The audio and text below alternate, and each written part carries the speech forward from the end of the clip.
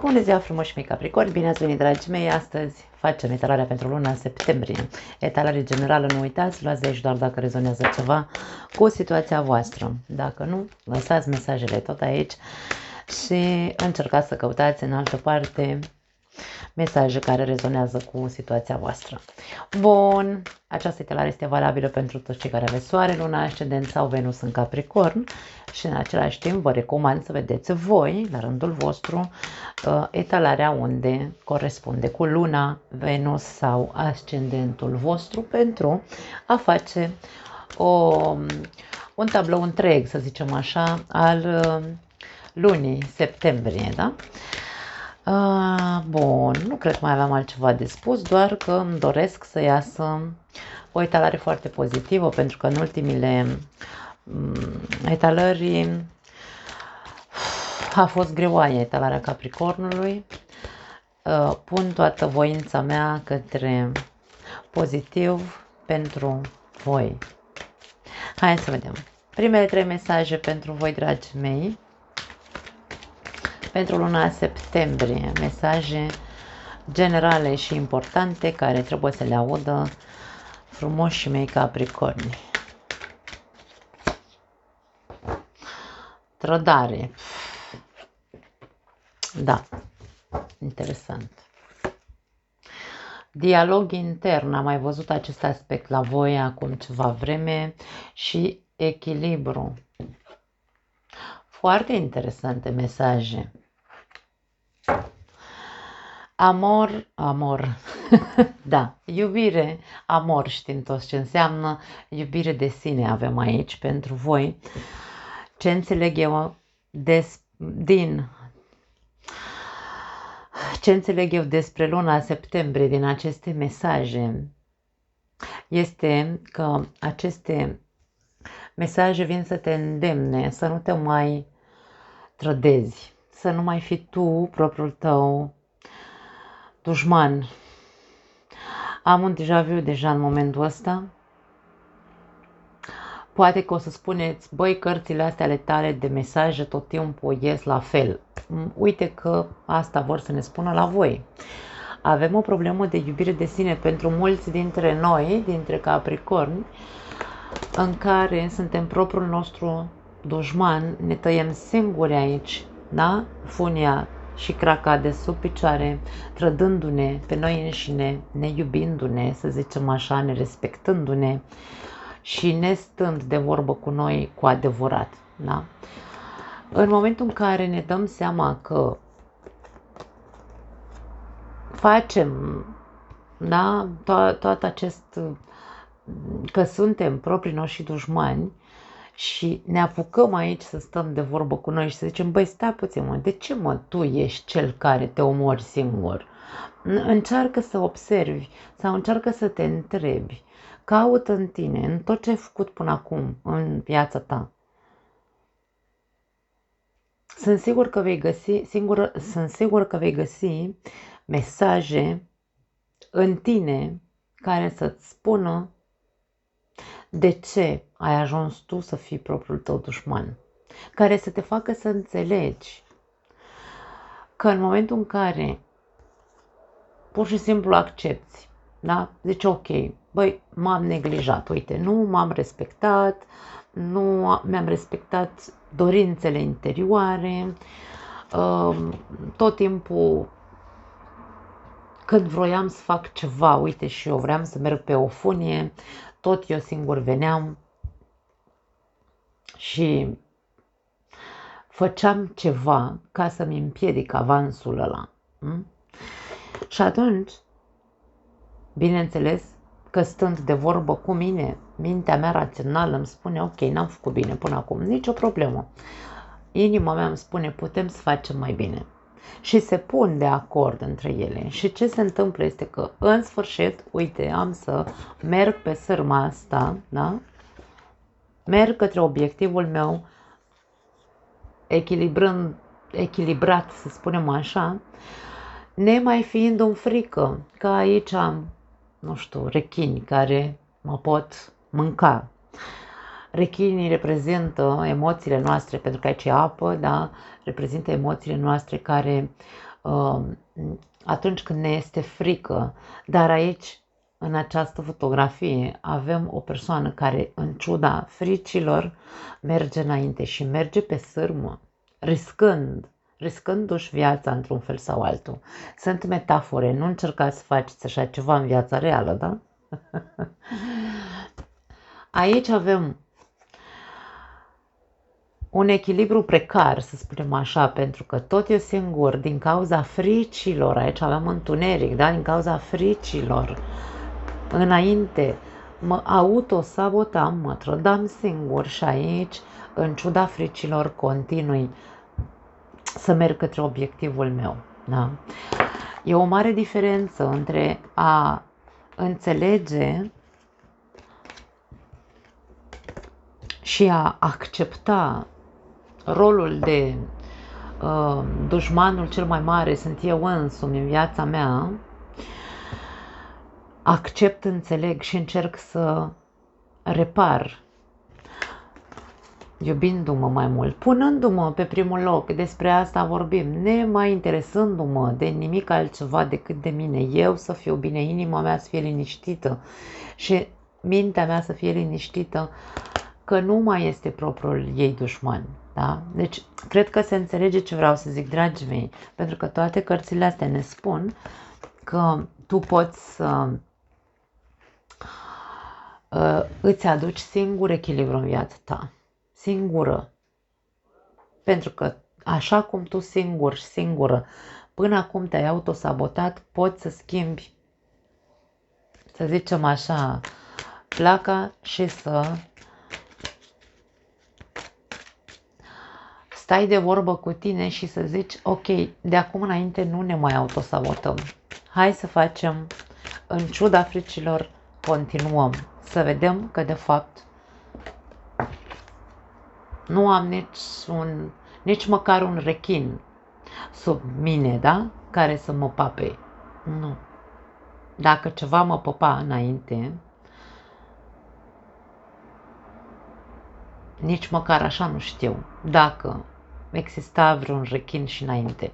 Pentru că înainte să-mi dau seama dacă mă va mânca cineva, eu îmi tăiam singurața.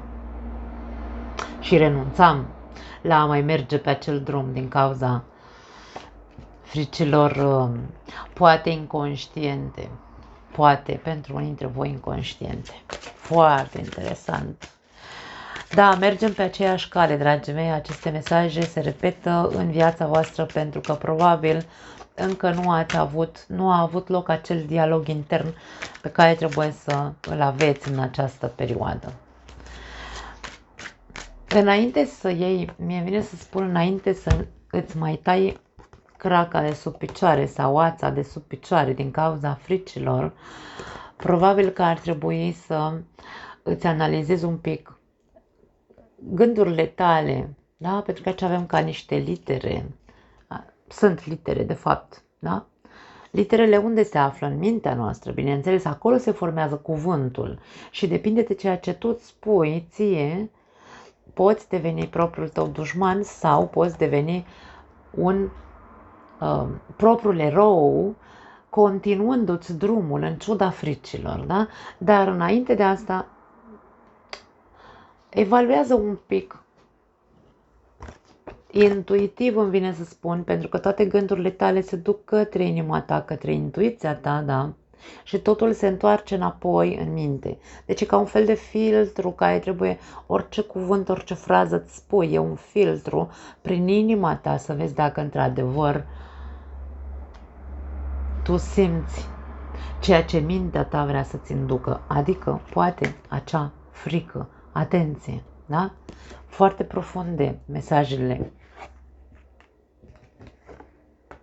De-aia avem aici inima, ascultă-ți mai mult inima decât mintea. Pentru că mintea te poate duce în eroare și îți poate zice nu faci bine, nu ești pe drumul cel bun, ești nu știu, un eșec, ești, habar n-am, poate îți spui lucruri foarte urâte. Capricornul se critică foarte mult, foarte mult, o autocritică atât de mare ca Capricornului nu există. Fecioara este și ea foarte autocritică, dar Capricornul, la fel cum îi critică pe ceilalți, autocritica către el este extraordinar de mare.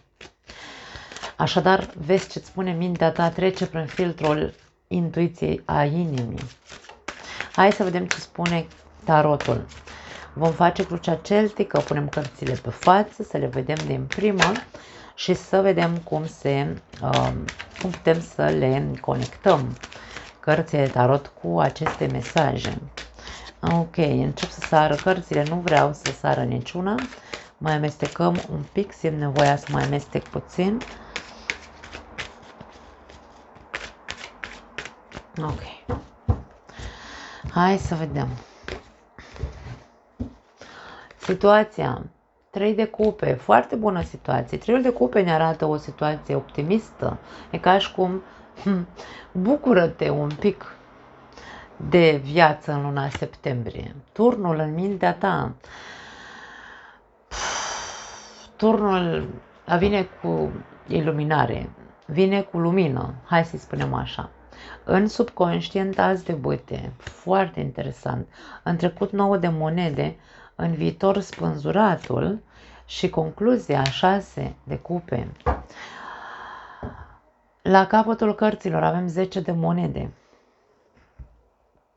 Energia ta este una, îmi vine să spun structurată, dar atenție că 10 de monede vine cu energia moștenirii.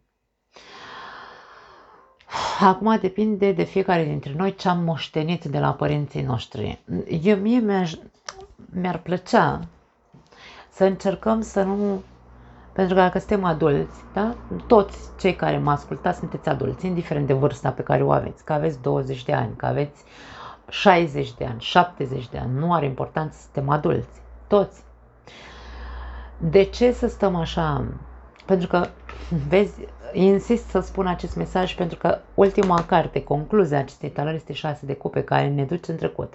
În momentele copilăriei noastre sau, de ce nu, în amintiri, nostalgie arată 6 de cupe, arată amintiri. Dacă suntem adulți și avem o moștenire de familie, nu știu, poate, uite, o gândire dezastruoasă ar putea să fie. Sau ne costă foarte mult să dăm drumul unor paternuri pe care le avem moștenite sau văzute în copilăria noastră. Insist pe acest mesaj pentru că toată această trădare sau autosabotare pe care tu ți-ai făcut-o în poate toată viața ta, vine de acolo. Dar dacă suntem adulți, hai să fim adulți până la capăt. Ai fost copil până la o anumită vârstă. Indiferent de paternurile pe care tu le-ai învățat în familia ta sau le-ai văzut la familia ta, ce faci tu în viața ta sau ce ai făcut tu în viața ta de când ai trecut de perioada adolescenței sau de când ai plecat din casa părinților, ce ai făcut tu pentru tine în această viață? Te-ai agățat de faptul că, nu, că eu, nu știu, uite, asta am văzut în familia mea, am traume din copilărie, bla, bla, bla, bla, bla, bla, bla, bla, bla, du-te la psiholog. Du-te și fă o terapie pe bune, da? Pentru că tu nu e că te autosabotezi inconștient, te autosabotezi voit, dacă vrei să rămâi agățându-te de faptul că vii cu aceste paternuri și doar atât, dar tu nu ești prezent în viața ta chiar dacă ești un adult, atunci, ce vrei să-ți spun? Luna septembrie vine și îți spune cu foarte mare claritate că tu ești propriul tău trădător. Da, foarte mare claritate. Vezi ce-ți trece prin mintea aia care tu crezi cu adevărat. Nu știu, dar nu e doar familia. Da? Nu e doar familia. Tu ești propriul tău actor în viața ta. Și luna septembrie vine și spune optimism, râzi un pic, fă un pic haz de necaz acelei moșteniri pe care tu crezi de care tu crezi că nu poți să te dezberi, să zicem așa, da? Pentru că dacă tu iei viața cu mai mult zâmbet și cu mai mult optimism, vei înțelege foarte multe lucruri, vei vedea niște, hai să le spunem așa, nu neapărat adevăruri, dar vei vedea, vei avea niște sclipiri unde se vor aprinde nu un bec, nici două, nici trei, se vor aprinde o grămadă de becuri în capul tău, în care să-ți dai seama că de fapt tu poți avea, în viața ta pot avea loc noi începuturi pe care tu ți le dorești în subconștientul tău. În subconștient avem azi de bâte. Tu poți începe o viață nouă în orice moment, dacă și numai dacă te lași odată de a târî după tine acea moștenire de familie, a sta de vorbă cu tine cu adevărat și a nu te mai trăda, domne, pentru că e atât de simplu să înțelegem. Da? În trecut ai părut că ești stăpân pe tine. Ai părut că ești independent. Da, poate ești independent. Eu nu spun că nu ești independent din punct de vedere financiar. Ești singur, te întreții singur sau și dacă ești într-o relație, tu întotdeauna ai vrut să fii pe picioarele tale, n-ai vrut să depinzi de nimeni, ești mândru de acest aspect al tău. Da? Dar, câte lucruri mai ai de înțeles în această viață. Nu e doar despre eu sunt o persoană cu picioarele pe pământ, eu sunt o persoană care n-am nevoie de nimeni să-mi dea nimic. De acord cu tine, dar mai sunt și alte lucruri pe care ar trebui să le vezi altcumva. Pune-te strâm și gândește drept că viața nu e doar despre asta. Pentru că atunci când nu încercăm să ne schimbăm în niciun fel mentalitatea, perspectiva, trăim tot timpul în trecut. Trăim tot timpul agățându-ne de amintiri care poate nouă ne plac sau nu are importanță, sunt acolo tot timpul. Așadar, dragii mei Capricorn, din nou vedem un aspect care se repetă și care ne lasă să înțelegem, să zicem așa, că e momentul să intri odată pentru totdeauna în procesul ăsta cu adevărat. Să dai drumul, pentru că avem două cărți de dat drumul. Dă drumul odată pentru totdeauna tuturor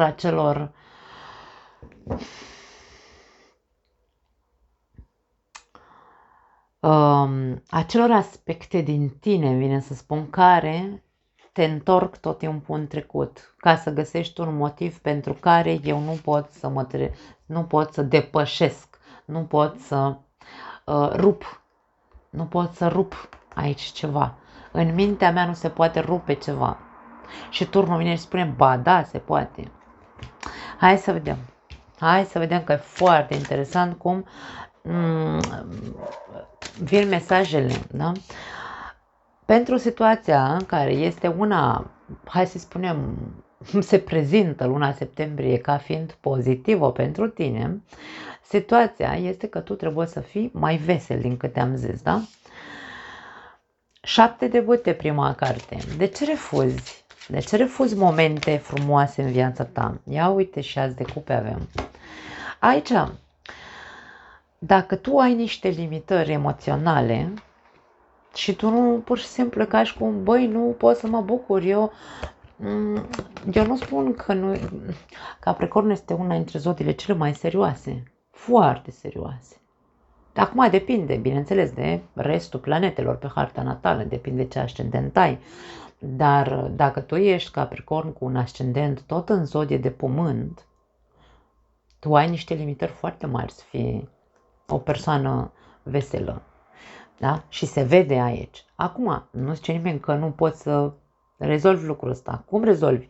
Integrând în tine, dragii mei, depășindu-vă acele hai să spunem așa, frâne, da? Practică râsul, nu știu, fă-ți prieteni, socializează, nu mai te pune, cum spun, aici e ca și cum, aoleu, când îmi zice cineva, hai să ieșim în oraș, eu sunt primul care zic, a, nu, stai că am altceva de făcut, uite, citesc o carte, uite, nu știu, habar n-am ce faci tu, am un proiect, n-am timp eu de prostii de-astea de ești în oraș, dragii mei. Păi, acum, pentru cei care căutați iubire sau căutați o relație, dacă frânele tale cele mai mari, atenție, sunt pentru că ai fost trădat. Poate, uite, unii dintre voi ați fost căsătoriți, de ce nu? Și ați rămas cu pata asta pe creier. Domne, uite, m-a trădat, m-a mințit, m-a bla bla bla. Ce spui ție în continuare despre relații? Îți spui același lucru? În viața mea nu mai îmi trebuie iubire. Pentru că iubirea, atunci când tu creezi în iubire, te trezești că, uite, celălalt se duce cu altul sau cu alta, da? Te trădează. Limitările tale în legătură cu iubirea sunt din punct de vedere al triunghiurilor amoroase. Până când o să ți așa, până mori, nu o să vrei niciodată o relație, pentru că ți-e frică să nu te înșele partenerul de viață, atunci ce faci? Când te trezești la realitate, ca să-ți dai seama că în această viață îți poate veni o trădare din orice unghi, din orice arie, nu doar pe iubire, da? De ce să trăiești cu frica asta și să nu te bucuri pur și simplu de cine vine către tine? Nu are importanță cu ce vine. Important e în iubire ca tu să știi ce teritoriu sau ce linie poți să încalci și tu în ale iubirii și să nu fii foarte strict și, nu știu, că poți dacă vrei, și nici celălalt să nu-l lași să-ți încalce linia de, hai să zicem așa, pentru că fiecare dintre noi avem anumite, hai să le numim frâne ale noastre, da? În care zici, băi, eu peste asta nu pot să trec. Dar dacă de la început, domne, aici noi facem nu o negociere, cine, da, ne înțelegem de la început, uite, eu am limitele astea în ceea ce privește iubirea. Eu n-aș suporta vreodată să știu că mă trădez. Mai bine mie îmi spui, uite, m-am îndrăgostit de altcineva decât să trebuiască să ajungem să mă trădez sau să mă înșeli. E cel mai corect așa, da? Deci fiecare trebuie să ne spunem limitele noastre în ceea ce privește seriozitatea sau ce putem să acceptăm, peste ce putem să trecem și peste ce nu putem să trecem în iubire. Așa se începe o relație sănătoasă. Dar dacă tu continui cu frici și în același timp, dacă ai o relație, îi pui frâne celuilalt, adică îl ții în casă, nu știu, n-ai voie să ieși cu prietenii la bere sau cu fetele la cafea, pentru că asta înseamnă că tu nu mă iubești, o atenție. Deci aici vedem anumite aspecte, nu e o etalare personală, dar ne dă foarte multe amănunte doar aceste 3 cărți. Hai să vedem ce e în mintea ta turnul ăsta, pentru că turnul poate fi inclusiv o idee strălucită, dar în același timp poate fi și, ia uite, se repetă, în același timp turnul în mintea noastră conștientă poate fi și un haos mental. Da? Unii dintre noi trăim într-un haos, ia uite, foarte tare, dragii mei, etalare personală, nu știu pentru cine e. Iluminare, iluminare, of de spade, frică, constrângere, durere, trădare, suferință. Preferi să rămâi, să zicem așa, preferi să rămâi în această cușcă de suferință? Întreabă-te, pentru că aici turnul și spânzuratul, mai ales că l-avem repetat în următoarele 3 luni de zile pentru voi, turnul și spânzuratul te întreabă cât mai ai de gând să mai ții și nu dai drumul, da? Acestei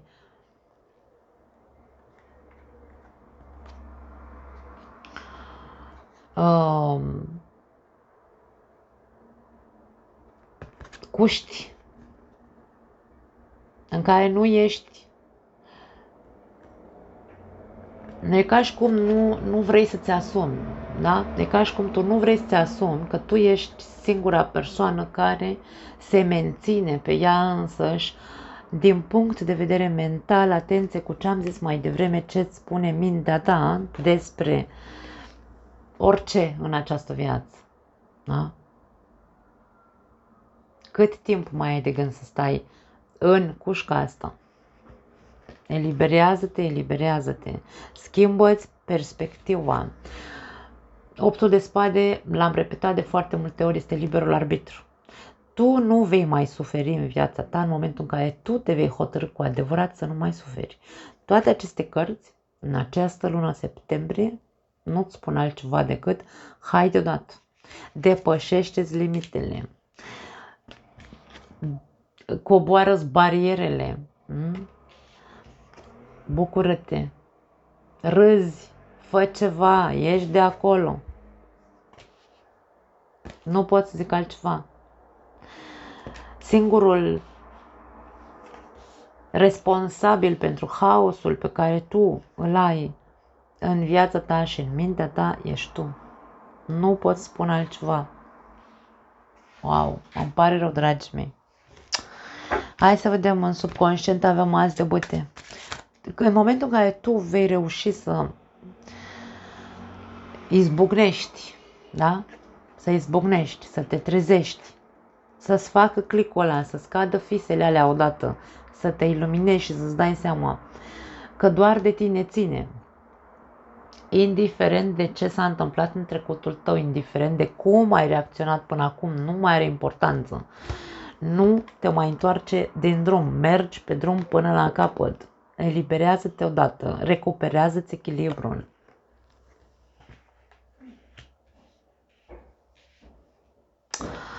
Ok, în subconștient tu ai altceva, în tine țipă viața, în subconștientul tău. Tot euul tău, toată esența ta, mi se ridică părul la ceafă, nu știu pentru cine e talarea asta. Toată esența ta vrea viață, vrea să simtă, vrea să experimenteze, vrea să pună proiecte în, nu știu, pe piață, dacă vrei. Vrea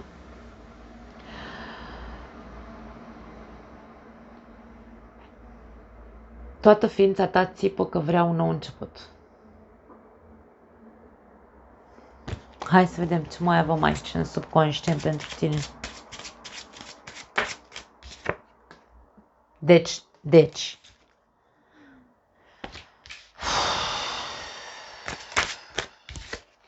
Ia uite. Uite ce vrea esența ta. Uite ce vrei tu de fapt. Și îți tai creaca de sub picioare. Uite. Deci tu vrei să ajungi în vârf. Tu vrei să fii văzut. Tu vrei să strălucești. Vrei să ai succes. Vrei să fii recunoscut. Dar atenție! Să nu-ți dorești să vrei să fii recunoscut și faimos, să zicem așa, din ego. E vorba de eliberarea unei noi mentalități aici. Euul tău țipă să ajungă undeva și tu îl chinui, nu-i dai voie. Wow!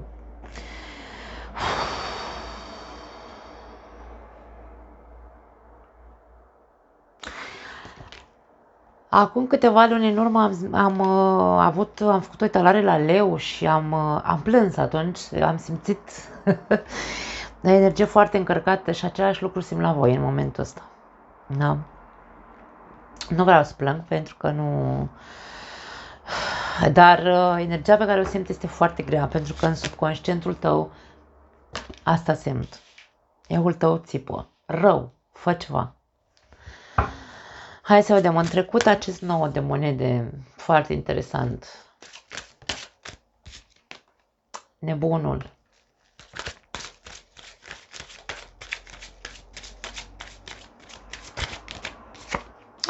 Și regina de monede, foarte multă energie de pământ și de concentrare pe material sau pe corectitudine și pe seriozitate. Ai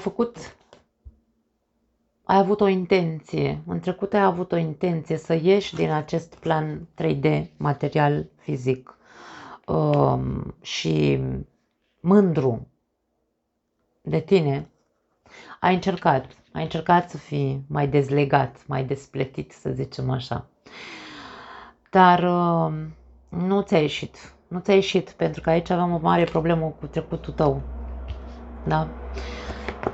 Ceva tot te-a întors din drum. Poate, da, ți-ai dat voi la un moment dat să intri într-o aventură sau să intri într-o... să riști ceva, să faci o nebunie. Dar nu te-a ținut mult. Te-a ținut 5 minute așa și după aia ai revenit din nou la esența ta. Pentru că e ceea ce eu văd. Că tu încă ești în această cușcă. Nu pot să zic altceva. Hai să vedem ce vrea să ne spună spânzuratul ăsta pentru voi în următoarele 3 luni de zile.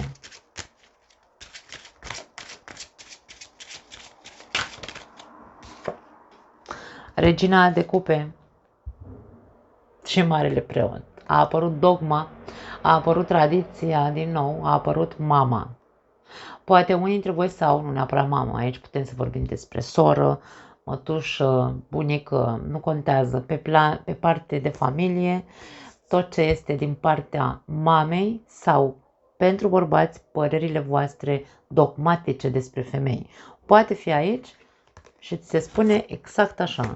Dă drumul acelor gânduri preconcepute sau idei preconcepute, pardon, da? Pe care le ai în privința femeilor, pentru că probabil că tu spui despre femei, aoleo, nu știu, unele că ori sunt prea sensibile, unele că, vezi, Doamne, se agață așa emoțional și că tu nu poți cu persoanele astea foarte emoționale. Dependențele, da, emoționale sau atașamentul. Pentru că Capricornul nu este o zodie emoțională, este o zodie foarte realistă, trăgând spre rece, să zicem așa, da? Foarte pragmatică. Acum, nu spune nimeni că nu are inimă. Ba da, cum să n-aibă? Are o inimă foarte mare, doar că o ține, uite aici, în cușcă rănită acea inimă. Odată ce Capricornul este rănit, este foarte greu să rupă lanțurile acelei răni. Dar exact asta ni se spune pentru voi. Dogma, care e părerea ta despre femei dacă ești bărbat? Dă drumul acelei dogme, da? Trezește-te, că nu e cazul să bagi pe toată lumea în aceeași oală. Pentru femei, sau de ce nu pentru toată lumea, dar mai în special aș spune pentru femei, ce figură feminină de autoritate a fost cea care te-a limitat cel mai mult în ceea ce te privește emoțional vorbind? Ce ți se spunea de mic copil? Femeie, bărbat, din nou vorbim despre aceleași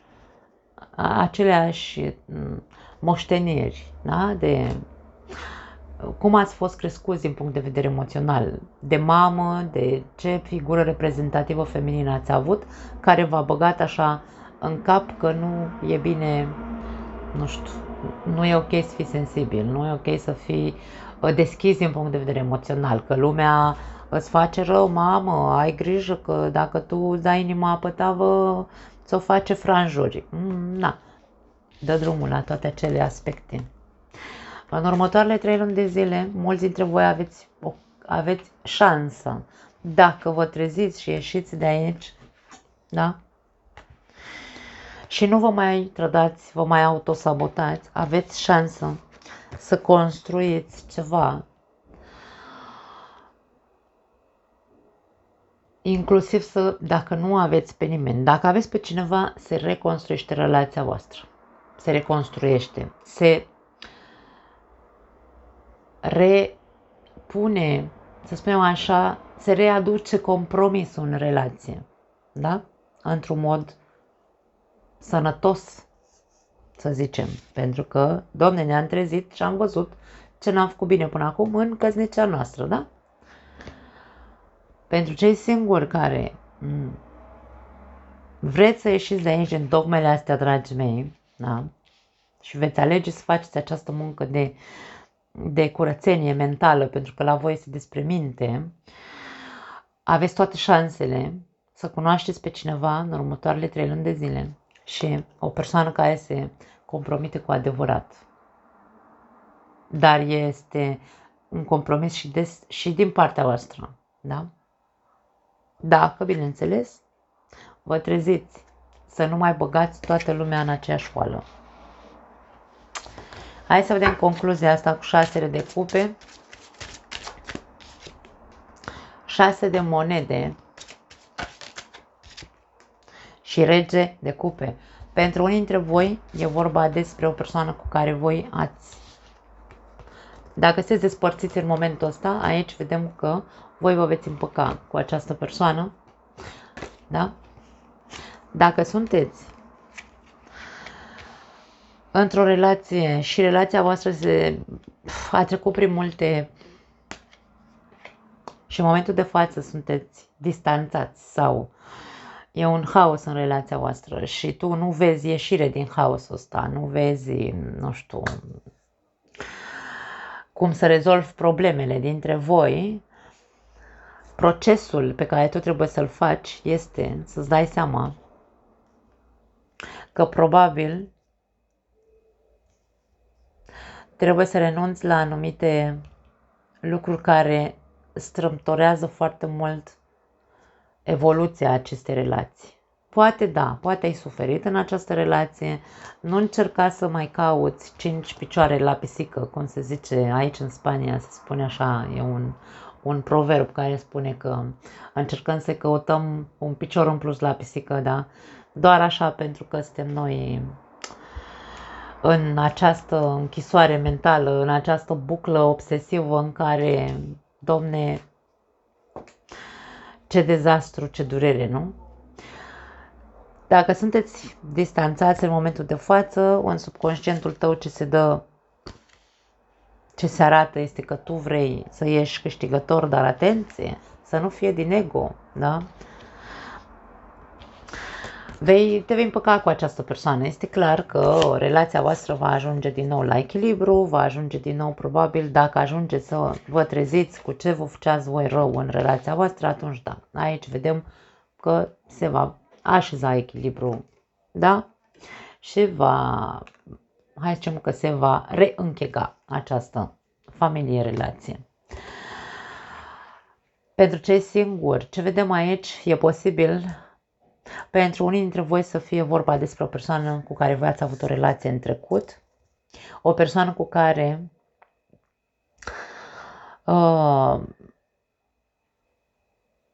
să revină în viața voastră într-un fel sau altul, dar înainte ca această persoană să revină în viața voastră, mie vine să spun că tu trebuie să înveți să îi dai drumul. Tu n-ai uitat persoana asta. Dar problema e că nu că n-ai uitat-o, tu n-ai uitat ce ți-a făcut persoana asta. Nu știu dacă tu ai făcut sau cealaltă persoană a făcut. Ideea e că tu trebuie să dai drumul acelor lucruri care te mențin în suferință în legătură cu cineva din trecutul tău.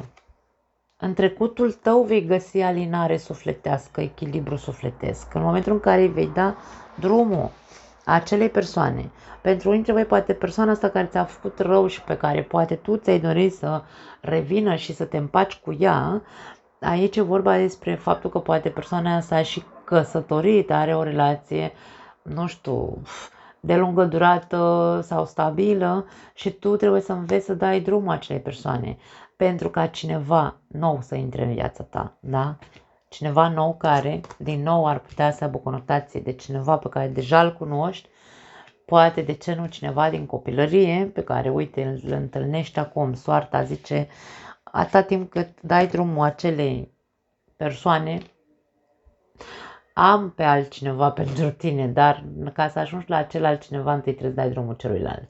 Și aici e vorba despre îți aduce pe cineva tot din trecutul tău, dar ar putea să nu fie acea persoană, pentru că deja este într-o altă relație, dar este o persoană echilibrată din punct de vedere emoțional, o persoană care te va echilibra și pe tine, pentru că avem regele și regina de cupe în această etalare. Da. Dragii mei, nu știu ce să zic, este o etalare super personală, nu cred că o să rezoneze cu multă lume, dar este impresionant de, cum spun, fixată pe o muncă pe care tu trebuie să o faci, îți place sau nu îți place, e spre binele tău, vine să spun. Nu pot să zic altceva. Vă pup, vă iubesc din tot sufletul. Ne vedem data viitoare. Ciao!